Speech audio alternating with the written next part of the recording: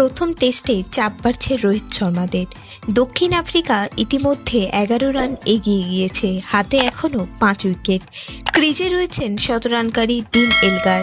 তৃতীয় দিনের শুরুতেই উইকেট ফেলতে না পারলে ভারতের পক্ষে ম্যাচের রাশ ধরে রাখা কঠিন হবে। দ্বিতীয় দিনের শেষে দক্ষিণ আফ্রিকার স্কোর 256, 5 উইকেটে। ভারত প্রথম ইনিংসে তুলেছিল 245 রান। ভারতীয় বোলাররা সেভাবে ছাপ ফেলতে পারলেন না। জসপ্রীত বুমরা এবং মোহাম্মদ সিরাজ মিলে 4টি উইকেট তুলে নেন। একটি উইকেট তুলে নেন প্রসিদ্ধ কৃষ্ণা, কিন্তু তিনি এবং শার্দুল ঠাকুর যেভাবে রান করতে দিলেন দক্ষিণ আফ্রিকার ব্যাটারদের, তাতে একসময় মোহাম্মদ শামির অভাব বোধ করছিল ভারত।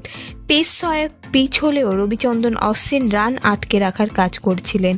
তার বলে একটি ক্যাচও দিয়েছিলেন এলগার, কিন্তু সেই ক্যাচ ফেলে দেন স্লিপে দাঁড়ানো শুভমন গিল। এলগারের এটাই শেষ সিরিজ। বিদায়ী সিরিজে আরও একবার নিজের জাত চেনালেন তিনি। চা বিরতির আগেই শতরান করলেন। ভারতের ইনিংস দেখে মনে হচ্ছিল দক্ষিণ আফ্রিকার ব্যাটারদের পক্ষেও এই পিচে রান করা সহজ হবে না। বুমরা ও সিরাজ শুরুটাও করেছিলেন সেভাবে। দুই ওপেনারই খেলতে সমস্যায় পড়েছিলেন, কিন্তু দক্ষিণ আফ্রিকাকে প্রথম ধাক্কা দেন এডেন মার্করাম। 5 রানের মাথায় তাঁকে আউট করেন সিরাজ। তারপরেই উইকেটের একদিকে দাঁড়িয়ে যান এলগার। তাঁকে প্রথম থেকেই সঙ্গ দেন টনি ডিজর্জি। পরে এলগারের সঙ্গে জুটি গড়েন ডেভিড বেডিংহ্যাম। এই দুই জুটিতে ভর করে ভারতের রান টপকে গিয়েছে দক্ষিণ আফ্রিকা। ভিডিওটি ভালো লেগে থাকলে বাংলার ক্রিকেট চ্যানেলটিকে অবশ্যই সাবস্ক্রাইব করে দিন।